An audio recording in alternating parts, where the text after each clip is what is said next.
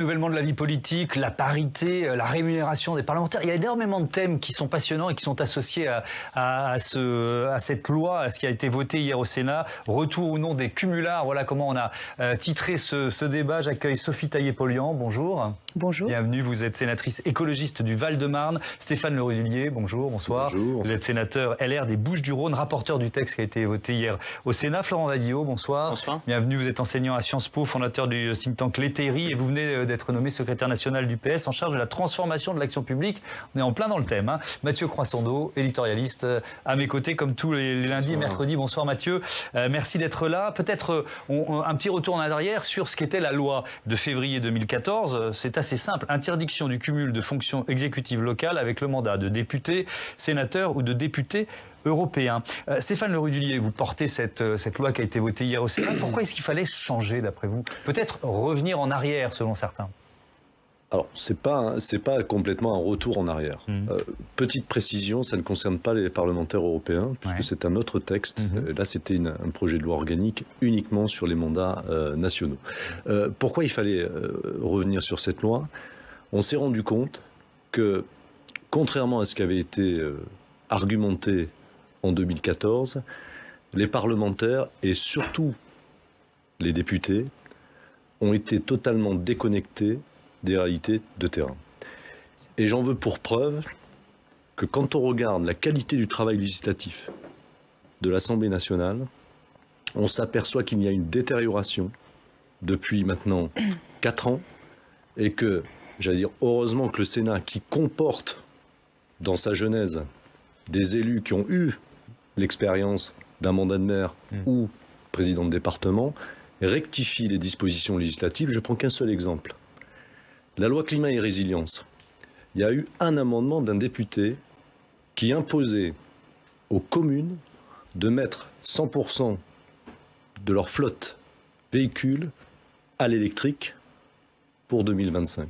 C'est une dépense normative complexe qui n'était pas soutenable au niveau des communes. Ce député n'avait jamais exercé de mandat local. Donc il ne pouvait pas comprendre, même si ça pouvait partir d'un bon sentiment, les contraintes qui pèsent sur une collectivité. Sophie Taillé-Polian, est-ce que vous avez le sentiment d'un retour vers le futur? On a beaucoup pensé à ce film aujourd'hui. Non, c'est retour vers le passé, très clairement. Je comprends la remarque qui est faite par mon collègue. Cela dit, les difficultés aujourd'hui rencontrées à l'Assemblée nationale de députés hors sol ne proviennent pas de la loi de non-cumul des mandats.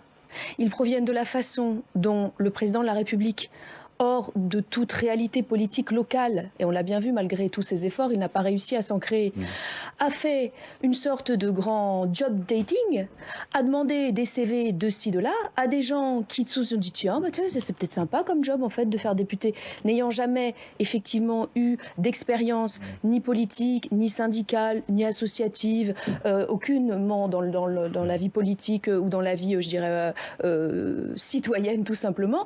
Et donc effectivement, cette déconnexion que l'on a observée tout au long de ce quinquennat, elle n'est pas liée, je dirais, à cette interdiction de cumul qui, à mon sens, est une bonne mesure. Elle est liée à cette spécificité, de sorte d'accident, et c'est le président lui-même qui disait qu'il était président par effraction. Je pense qu'il y a beaucoup de députés aujourd'hui à l'Assemblée nationale qui ont été élus dans cette veine-là. Et que même s'ils ont représenté ce qui était une bonne chose, une forme de renouvellement, voilà. Était-ce le bon? Cherchez vous aussi. Était-ce le bon? Je ne crois pas. Alors, il n'y a pas de représentant de la majorité pour vous répondre. Mais Mathieu, ça vous fait tiquer? Oui, non, ça me fait tiquer, pas pour défendre la majorité. J'ai bien compris, mais quand même. Je trouve que votre discours peut laisser entendre qu'il faudrait laisser la politique aux professionnels de la politique. Et parce que voilà, une forme de mépris pour ces gens qui étaient parfois dentistes, professeurs, enfin qui avaient des professions issues de la société civile et qui se sont dit, voilà l'occasion de m'engager en politique. Ils sont pas parce qu'on est dentiste ou professeur qu'on est forcément déconnecté du terrain. Il n'y a pas besoin d'être élu local pour être déconnecté du terrain. Donc je trouve que c'est un peu bizarre. Par ailleurs, il faut aussi dire que dans ce groupe-là, il y a eu aussi beaucoup d'anciens de différents partis recyclés dans le macronisme. Donc c'est des gens qui avaient une formation politique et parfois exercé. Un mot de réponse là-dessus, ensuite je donne la parole à Florent. Moi, j'ai un engagement politique depuis l'âge de 18 ans. Mais cela dit, j'ai travaillé dans ma vie avant d'être élu parlementaire. J'ai même travaillé en étant élu local, parce que beaucoup d'élus locaux n'ont pas les moyens d'être des professionnels. Donc voilà, ont une activité, professionnelle, et donc ne sont pas des professionnels de la politique au sens. Mais ils ont quand même une implication citoyenne. C'est ça dont je parlais. Une implication citoyenne antérieure. Et je pense que finalement, si on a vu cette déconnexion, ce n'est pas tant à cause du cumul des mandats que de cette arrivée, je dirais, un peu hors sol de l'élection d'Emmanuel Macron. Après, à l'Assemblée nationale, il y a eu un renouvellement qui était nécessaire, parce qu'en fait, si dans cette période, il y a eu ce moment-là, c'était certainement parce qu'il y avait une sclérose. Mais je ne pense pas du tout que c'était lié à la problématique, aux décisions prises pour lutter contre le cumul des mandats. Ouais. Florent Madio, vous êtes un peu partagé sur ce qui a été voté hier au Sénat. Pourquoi ? Oui, parce qu'en fait, il y avait deux dysfonctionnements. Enfin, en tout cas, on propose un dysfonctionnement pour remplacer un ancien dysfonctionnement. C'est-à-dire qu'auparavant, effectivement, le cumul des mandats bloquait le renouvellement élitaire, et on avait certains élus qui, très clairement, asphyxiaient la capacité pour des générations entières d'occuper des postes, quels qu'ils soient d'ailleurs. Mais on voyait quand même, pour le coup, de vrais cumulards. Donc, en termes de fonctionnement démocratique, de renouvellement démocratique, il y avait un vrai sujet. Et de ce point de vue-là, à l'Assemblée nationale, la loi a répondu à un objectif. Au Sénat, c'est compliqué de dire qu'il y avait ce problème-là, puisque les sénateurs sont issus des collectivités territoriales. Donc, me parler de déconnexion, mais j'ai noté que monsieur le sénateur ne prenait que l'Assemblée nationale en exemple. Et là, on est en train de remplacer par un autre dysfonctionnement. C'est-à-dire qu'on va réintroduire la capacité pour un ancrage local. Et moi, ça m'étonne un peu, parce que effectivement, moi je suis partagé sur la question. C'est-à-dire, je comprends pour les parlementaires, parce qu'on les voit, ils ont été totalement exclus d'un ancrage local. Je ne parle pas de déconnexion. Pour moi, c'est vraiment de l'ancrage local, la capacité de représentativité. C'est dans l'épure de la démocratie représentative. On ne représente pas un territoire, on représente une fraction de la nation. Sauf que les jeux politiques font qu'il faut bien tirer sa légitimité de quelque part. Et lorsqu'on ne la tire pas du terrain, on la tire du président de la République, on la tire de l'élection d'Emmanuel Macron, ce qui a renforcé le présidentialisme des institutions. Et donc j'estime que dans le cas de cette majorité-là, le non-cumul des mandats a renforcé le déséquilibre des institutions, ce qui crée mon trouble. Et je vais compléter. Rappelez-vous, la révision constitutionnelle de 2008, grande réforme, plus de 50% des articles de la Constitution ont été révisés, tout ça pour renforcer le rôle du Parlement. Et on s'aperçoit, depuis 2 quinquennats, qu'il y a un affaiblissement complet du Parlement. Alors il n'y a pas que le cumul des mandats, j'en suis d'accord. On peut parler des ordonnances. La prolifération d'ordonnances en dehors de l'état d'urgence est aussi quelque chose qui affaisse nos institutions. Mais quand même, le cumul des mandats, quand vous avez regardé en 2017, lorsque la loi s'est appliquée, le choix des députés maires, pour la plupart, ils ont choisi leur commune. Donc il y a eu quand même une dévalorisation du rôle du parlementaire. On peut dire que ça a permis de renouveler le personnel politique. Un peu d'histoire politique, Mathieu. Quand François Hollande lance cette réforme, il le fait dans quel contexte ? Parce que le Parlement était déjà très fort. Il n'en croit pas un mot, parce qu'il a toujours été plutôt pour le cumul des mandats, François Hollande. Et il le fait un peu contraint et forcé, parce que ça faisait partie de ses engagements de campagne. C'était, il faut remonter un petit peu plus loin à l'époque, un engagement pris par une de ses adversaires, la première socialiste, Martine Aubry, et qui avait été recyclé dans le programme de François Hollande. Et donc lui n'était pas pour. Manuel Valls, Premier ministre, n'était pas forcément pour non plus, lui qui avait été député maire d'Evry une grande partie pendant son parcours politique. Donc ça a été plutôt une concession faite à l'opinion publique et à une partie du PS qui en faisait un choix politique, plutôt qu'une véritable volonté de la part du président de la République de l'époque, François Hollande, d'imposer ce non-cumul. Du coup, c'est vrai qu'il n'y a pas eu tout ce qui aurait pu aller autour pour accompagner notamment un renforcement du rôle du Parlement. Après, moi j'ai quand même une question, parce que quand on écoute Hervé Marseille, donc du coup qui portait ce texte, enfin à l'origine de ce texte, je trouve qu'il utilise des arguments curieux. Il dit, en gros, les maires ont perdu de leur influence à partir du moment où ils ne sont plus députés, ce qui est un dévoiement de la fonction de député. On n'est pas député pour avoir de l'influence pour sa ville. Donc, et puis il dit, cette problème de déconnexion du terrain. Mais qu'est-ce qui empêche un député aujourd'hui d'avoir une permanence dans sa circonscription, d'y passer 3 jours par semaine, à écouter les gens, d'être conseiller municipal, ou d'être conseiller municipal, ou conseiller départemental, ou conseiller régional, ce qui est une forme d'ancrage local. Est-ce qu'il y a forcément besoin d'exercer des fonctions exécutives pour avoir un ancrage sur le terrain ? Personnellement, moi j'ai le plus grand doute. Oui, mais enfin, le rôle d'un conseiller municipal par rapport à un maire est quand même assez différent. Vous avez le travail d'un conseiller municipal, c'est un travail délibératif. Et je rappelle aussi que par rapport aux délégations qu'on peut donner à un conseiller municipal, quand on est député ou sénateur, c'est très encadré par le Code général des collectivités territoriales. J'entends bien, mais on parlait de déconnexion du terrain. Si on fait tous les conseils municipaux, on est globalement ancré sur le terrain. Quand vous êtes maire, vous êtes confronté aux réalités. C'est vous qui prenez les décisions. C'est vous aussi qui voyez les freins ou les aberrations peut-être législatives. C'est pas le conseiller municipal, même s'il a une délégation, il arrive en conseil pour délibérer. Voilà son principal rôle. Je ne dénigre pas les conseillers municipaux, mais...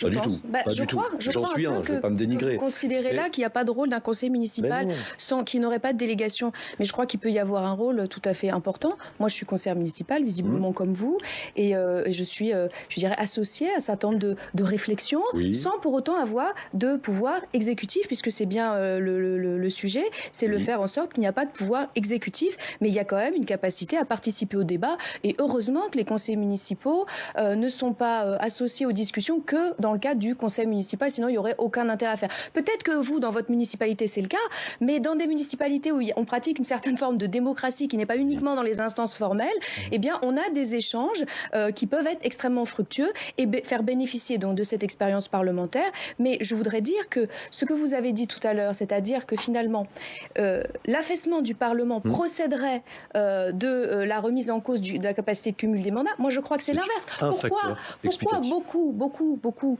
de gens qui cumulaient ont choisi la fonction exécutive? C'est parce que le Parlement a été croupion depuis de longues années maintenant. Parce qu'avec l'inversion du calendrier, on voit bien que tout ne procède plus que par l'élection du président de la République, qu'il y a donc une capacité parlementaire qui est extrêmement faible, affaiblie. Et c'est la raison pour laquelle beaucoup de gens ont choisi la capacité d'agir, c'est-à-dire l'exécutif. Si on redonnait aujourd'hui dans notre pays une place qui serait la place normale dans une démocratie de la légitimité du Parlement, d'une capacité d'intervenir et de beaucoup plus de dialogue, de co-construction avec le pouvoir exécutif, je vous assure qu'il y a certainement beaucoup de gens qui auraient choisi de rester parlementaires. Donc après, c'est un choix qui les regarde. Il y a plusieurs sujets dans votre intervention. Oui, parce que je réponds à plusieurs de vos interventions. Je ne pense pas qu'on ait eu une baisse de qualité d'investissement au Parlement parce qu'on a eu cette... Ça devait renforcer le présentéisme des parlementaires.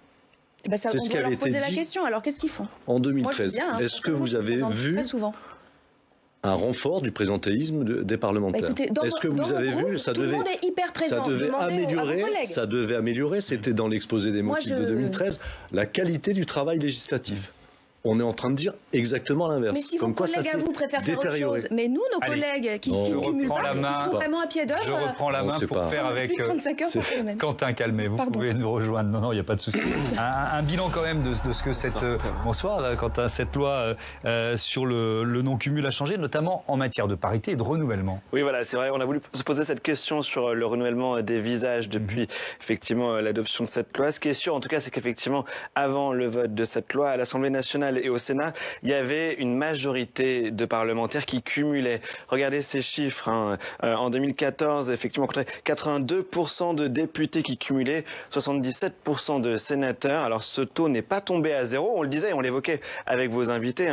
La loi permet toujours de cumuler avec un mandat non exécutif. Donc par exemple, un conseiller départemental ou conseiller municipal, il reste 5,5% des députés qui sont dans cette situation, 9% chez les sénateurs. En tout cas, cette loi a permis effectivement un renouvellement à l'Assemblée nationale. En 2012, on comptait 230 nouveaux députés, 424 en 2017. Donc on voit qu'il y a beaucoup de nouveaux députés qui arrivent après l'entrée en mesure de cette loi. Dernière statistique qu'on a voulu retenir, c'est la part de femmes dans les hémicycles. Alors, on sait que c'est pas seulement lié au non-cumul, parce qu'il y a beaucoup de lois sur la parité qui ont été votées depuis, et que le renouvellement de la classe politique avec Emmanuel Macron, ça a aussi affirmé une forme de féminisation. Simplement, on se dit que tous les élus qui ont préféré leur mandat local ont pu faire de la place à des femmes. En tout cas, ces chiffres, ils montent.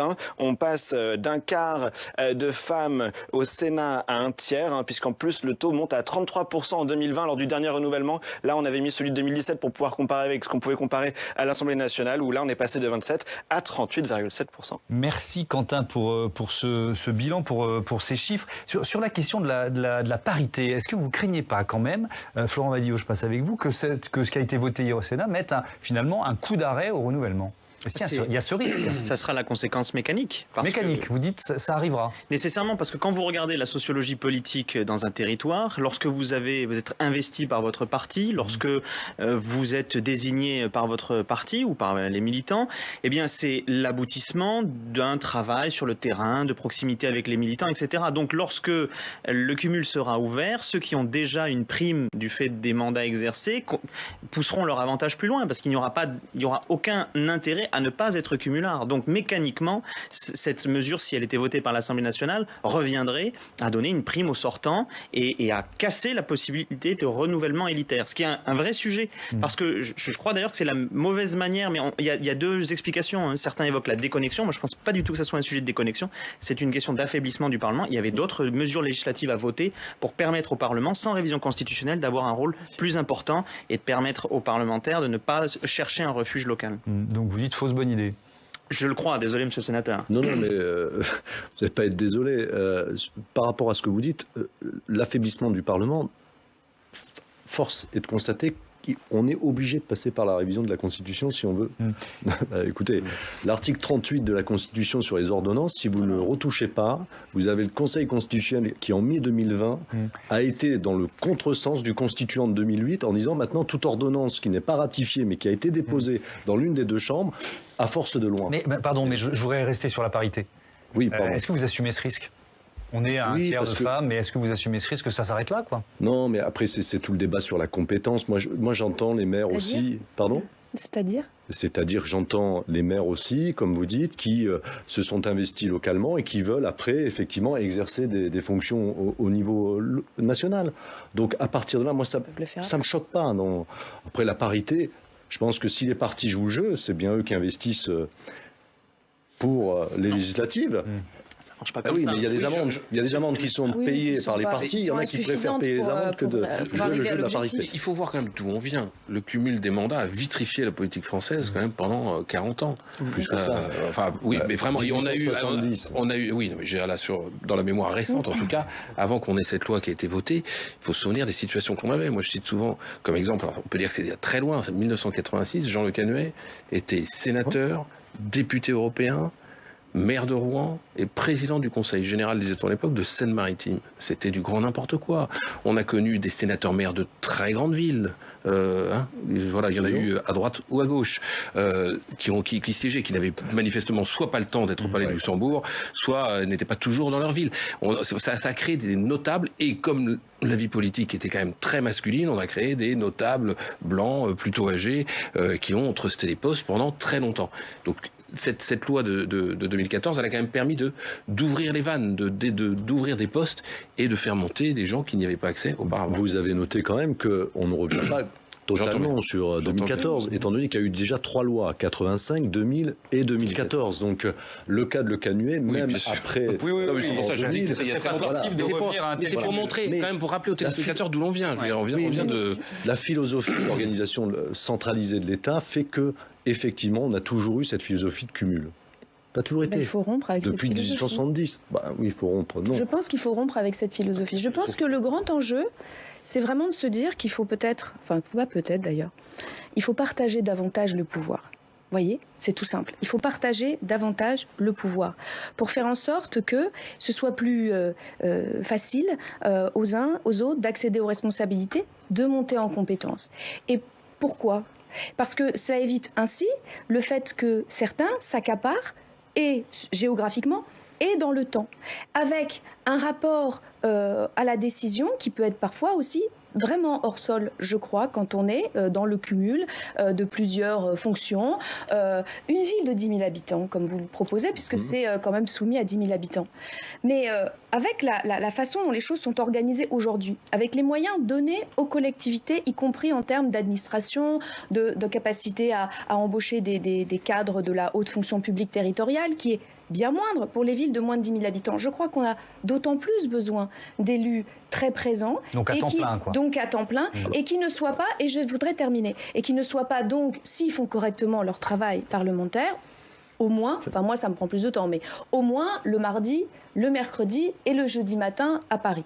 Moi ce que je voudrais dire, c'est que par contre, j'entends le fait que aujourd'hui les maires des petites villes n'ont pas assez de moyens. Et je pense que c'est une refonte assez importante du statut de l'élu. Aujourd'hui, les indemnités aux maires finalement diminuent au fur et à mesure que le nombre d'habitants diminue. Je pense que ce n'est pas une bonne chose parce que plus le nombre d'habitants diminue, plus les moyens de la commune sont faibles. Donc moins il y a de services administratifs, de capacité à épauler les élus. Donc je pense que pour un renouvellement démocratique local, non seulement il faut partager le pouvoir entre le législatif d'un côté, l'exécutif de l'autre, ça permet davantage de gens qui peuvent participer à l'élaboration des politiques, et il faut aussi bien sûr un vrai statut de l'élu local. C'est quand même aussi beaucoup ce qui manque dans ce pays. Je crois que là-dessus on est entièrement d'accord. Et on pourra parler de rémunération d'ailleurs tout à l'heure, mais sur le travail à temps plein, on peut entendre cet argument. Qu'est-ce que vous répondez à ça? Le CGCT est très clair là-dessus.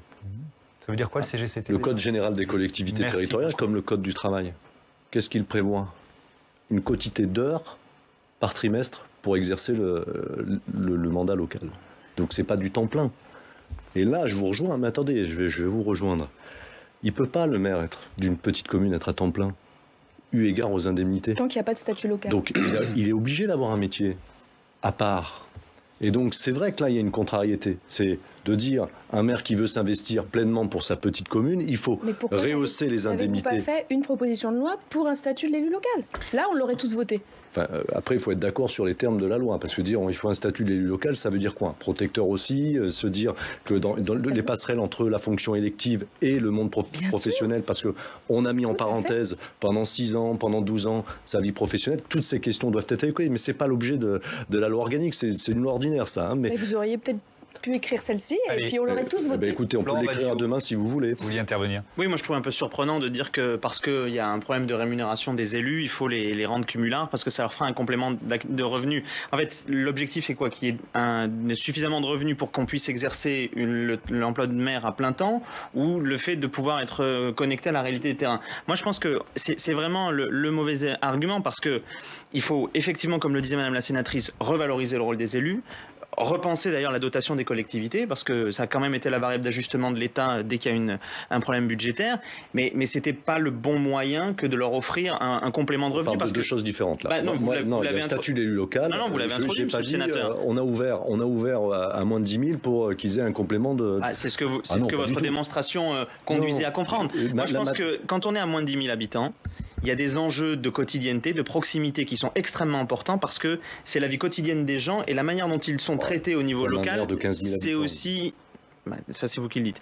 Et c'est aussi la manière dont ils conçoivent la politique nationale. Donc, quand vous privez un maire de la capacité d'être sur le terrain 4 à 5 jours par semaine, vous dégradez, in fine, la politique conduite au service des habitants, et vous contribuez à la désespérance des gens dans leur système politique, parce que les cumulats, ça reste une insulte dans la bouche des gens. Alors justement, je vais vous redonner la parole dans un instant, mais on va écouter une réaction politique, celle d'Adrien Quatennens, et c'est sur cette thématique de déconnexion, plutôt de désaffection, de désamour des Français pour la politique. C'est ce qui lui vient en premier quand il réagit au vote de la loi par le Sénat. Moi, je suis strictement opposé au cumul des mandats. Et indépendamment de la question des indemnités. Même dans ces conditions, parce que le but, évidemment, c'est de faire en sorte que les élus ne soient pas déconnectés. Mais vous savez, il y a mille manières d'être connectés. Je pense que tous les parlementaires aujourd'hui, même s'ils ne sont plus des élus locaux par ailleurs, ont à cœur de rencontrer les citoyens de leur circonscription. Ça ne fait pas d'eux des élus déconnectés pour autant. J'entends ces petits refrains. Mais pourquoi, Elisabeth Martichoux? Regardez, on a une situation, vous l'avez vu, de désamour pour la politique. Enfin, réveillons-nous, 80% d'abstention aux dernières régionales. Non, ce qu'il nous faut d'abord, plutôt que ces tripatouillages, ce qu'il nous faut, c'est important, c'est de permettre au peuple qui visiblement ne consent plus à la règle du jeu de la redéfinir. C'est pourquoi nous appelons de nos voeux la convocation d'une assemblée constituante. Balayez pas ça d'un revers de la main, c'est important, pour passer la 6ème République. Alors ça, l'argument de la 6ème République, c'est un argument de Jean-Luc Mélenchon depuis longtemps. Adrien Quatennens, qui était face à Elisabeth Martichoux sur LCI, il parle de tripatouillage. Qu'est-ce que ça vous inspire? Vous n'avez pas envie de répondre à ça? Non, c'est pas de niveau. Non, mais je voudrais juste répondre, parce que ça me tient à cœur. Oui, mais il dit qu'il faut aller plus... En fait, c'est du tripatouillage, il faut aller plus loin, soyons ambitieux, faisons une grande réforme, quoi. Mais la réforme par rapport à l'affaiblissement du Parlement, elle doit être posée. Oui. Ça, c'est clair. Je pense que tout le monde peut s'entendre ici autour de la table pour dire que la place du Parlement est en train, d'année en année, de s'effondrer par rapport à l'exécutif. On doit réviser l'article 38 sur les ordonnances. plus calibrer les ordonnances par rapport à des ordonnances dites techniques et par rapport à des ordonnances dites programmes. Il y a deux notions dans la Constitution. Et puis, également le rôle des institutions et des juridictions. Parce que là aussi, il y a un sujet sur le Conseil constitutionnel et le Conseil d'État où je pense qu'il faudra à un moment donné mettre en débat le poids du Conseil constitutionnel sur le travail parlementaire. Est-ce qu'il faut aller plus loin, Sophie Taillé-Polian, sur le cumul des mandats, mais dans le temps, c'est-à-dire limiter le nombre de mandats qu'un élu peut enchaîner? Oui, je crois effectivement que c'est une piste très très importante et sérieuse à investiguer. Parce que je considère qu'il ne faut pas être non plus dans quelque chose qui serait trop court, parce que quand on est élu et qu'on débute, il faut laisser le temps d'apprendre. Hein, on n'est pas... après, il faut le temps de la pratique. Mais à un moment donné, il faut aussi que ne se constituent pas des sortes de baronnies locales qui sont indéboulonnables et qu'il faut apprendre, que les élus apprennent à travailler la suite. Après, je considère que l'ensemble de ces modifications institutionnelles qui doivent arriver, parce que on le voit, nos institutions quand même globalement sont à bout de souffle dans la façon dont elles fonctionnent. On voit le taux d'abstention extrêmement important. On voit finalement ce mouvement de recentralisation, de perte de capacité des collectivités. On voit beaucoup de choses qui dans nos institutions sont à bout de souffle. Et si nous devons tout repenser, je crois que c'est le cas, il faut le faire avec les citoyens et les citoyennes. C'est 2 mandats, c'est 3 mandats, c'est quoi Écoutez, à un moment donné, d'ailleurs, il me semble, je n'étais pas parlementaire à l'époque, mais en tant que citoyenne, je suivais tout cela.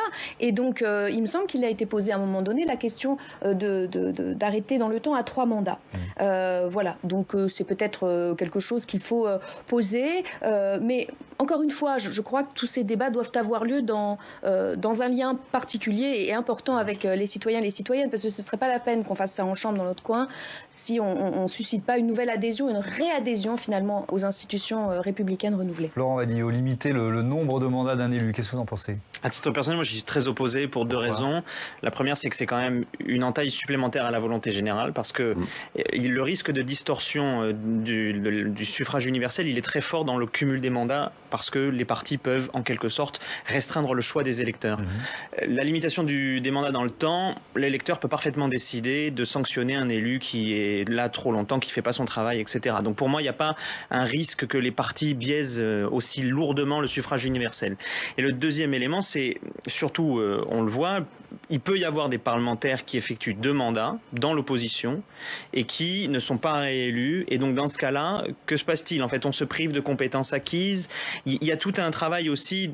Valoriser le rôle du Parlement, c'est aussi accepter l'expérience des parlementaires. Et cette expérience, elle peut prendre 1, 2, 3 mandats. Donc je pense qu'il ne faut pas chercher un chiffre, une martingale, pour savoir combien de mandats il faut. Il faut vraiment laisser la capacité des électeurs de sanctionner la trop grande durée. Je crois que ça suffira.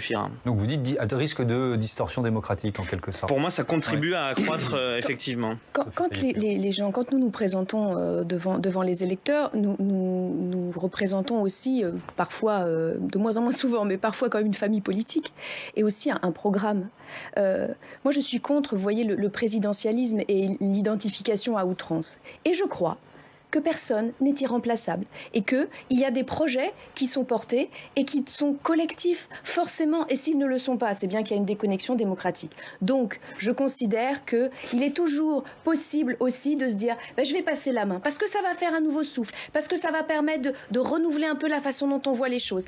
Et ça, c'est positif, ça, c'est bénéfique. Donc, effectivement, pas trop tôt, parce que sinon, on n'est pas là pour empêcher aussi la maturité, la capacité d'intervenir et l'acquisition de compétences au fur et à mesure et de compréhension et d'appropriation des enjeux.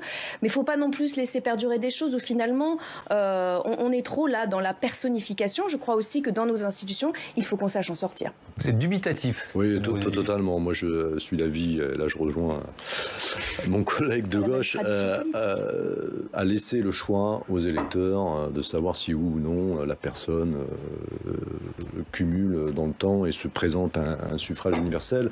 Pour plusieurs raisons, parce que sinon, effectivement, on va s'arrêter quand 2, 3, on va se dire il faut aligner par rapport au président de la République, puisque le président de la République, c'est le seul mandat où, effectivement, on a limité dans le temps l'exercice du pouvoir. Donc, vous voyez, c'est des questions après, c'est comme les effets seuil. 10 000, pourquoi 10 000? Le débat a eu lieu, pourquoi pas 15 000, pourquoi pas 20 000? Donc, c'est pas naturel et ça risque, à mon sens, de freiner et de rendre encore plus une situation de défiance par rapport aux politiques. Le fait que, justement, il peut y avoir une certaine frustration chez les électeurs de dire mon député ne peut plus se représenter parce que ça fait déjà 2 mandats et malheureusement, je l'aimais bien. Ça touche peut-être moins les députés que les maires. Il y a des maires qui sont en poste depuis 45 ans. Ouais. Mais s'ils ont été élus... Ça fait beaucoup. Ça fait beaucoup. Et au demeurant, il y a un effet de rebond possible, c'est-à-dire qu'au bout de 2 mandats, le député devient sénateur et puis il redevient député. Donc tout ça laisse lieu à, je trouve, pour le coup, de vrais tripatouillages possibles. D'accord. Attention à la poutinisation de la vie politique française, ça fait penser à ça spontanément. Mais ils en pensent quoi, les habitants? Est-ce que vous pensez qu'un habitant d'une ville de 10 000, voilà, il préfère que son maire soit à 100% et s'occupe de sa commune, alors qu'il devienne député et que je pense qu'il y a une certaine image de la commune au Parlement? Je vous pose la question, j'ai pas la réponse. Les habitants, il y a une certaine fierté que leur maire soit député ou sénateur. C'était vrai quand il y avait le cumul, où mon maire, c'est monsieur le député, monsieur le sénateur. Il y avait cette fierté-là. Donc, je ne suis pas sûr et certain que forcément, ils vont prendre le prisme en disant « Oula, il va être moins présent sur la commune, il va moins gérer la ville ». Il y a des adjoints, vous l'avez dit vous-même, il y a des adjoints, il y a des conseillers. Moi, j'ai pas la même expérience de terrain. Par contre, je pense que les villes juifoises et les villes juifois, parce que moi, je suis élue de Villejuif, une ville du Val-de-Marne, ils sont contents que je sois conseillère municipale, en tout cas ceux qui ont voté pour notre liste. Mais par contre, c'est vrai que j'avais beaucoup de questions. Alors je leur dis, rassurez-vous, la loi est là, je ne peux pas cumuler. Mais quand même, etc., vous avez le temps, vous pouvez faire beaucoup de choses au Sénat. J'ai dit, non, vous inquiétez pas. Cette sensibilité politique, ce que je peux apporter sur le fond, je l'apporterai à ma commune. Mais, oui, mais ils peuvent aussi vous faire passer des idées, des demandes, des réclamations. Mais bien sûr, et je les transmets. Et vous en êtes la courroie de transmission au Sénat aussi. Ça peut être ça, la demande d'un... Et je les transmets à mes collègues qui sont dans l'exécutif. Et quand il y a une partie législative, je peux travailler un amendement, etc. Et c'est un travail, je crois, très complémentaire. Et je pense que, d'ailleurs, je ne le fais pas que dans la commune où je suis élue, mais bien entendu dans les communes diverses de mon département. Je voudrais qu'on parle d'argent. Vous l'avez un peu évoqué, mais dans ce que je vous écoutais tout à l'heure, je me disais, ça veut dire quoi? Ça veut dire que les parlementaires sont mal payés, insuffisamment payés? Est-ce que l'opinion française peut entendre ça? Pas du tout. C'était pas le sujet. On parlait des maires, notamment des maires de petites communes. Pas les indemnités parlementaires. On n'a jamais remis en cause ça. Ce qui a été abrogé par rapport au projet de loi, puisqu'il y avait l'article 2, effectivement, le message que voulait envoyer le président Marseille, c'est de dire, mais c'est pas une question d'argent et de cumuler des indemnités. Celui qui serait maire d'une commune de moins de 10 000 habitants et député n'aurait pas l'indemnité de maire d'une commune de moins de 10 000 habitants. Bon, le souci, c'est qu'il y avait le risque inconstitutionnel par rapport à une situation que certains connaissent d'entre nous, qui cumule déjà entre conseiller départemental, conseiller régional ou député sénateur. Donc, vous voyez, il y a la règle de l'écrêtement de 1992. Bon, elle s'applique à tous, même au niveau du cumul horizontal, parce que ça, on en parle pas beaucoup, mais il y a des maires qui sont également conseillers régionaux, vice-présidents d'une communauté de communes, une interco, enfin voilà. Donc cette règle sur l'écrêtement, je pense que c'est cette ligne-là qu'il fallait tenir pour éviter la rupture d'égalité. Je pense que la question d'argent, elle concerne moins les rémunérations que les moyens qui sont accordés aux députés. Et de ce point de vue-là, c'est vrai qu'un député français, quand on le compare à des députés qui peuvent... Alors, on prend souvent l'exemple des États-Unis, mais là, c'est carrément un océan qui les sépare. Mais c'est une toute petite TPE en France, un député, il a parfois un assistant parlementaire, 1 ou 2 collaborateurs, et aux États-Unis, c'est une grosse PME, c'est-à-dire qu'ils ont une dizaine, voire une quinzaine de staff.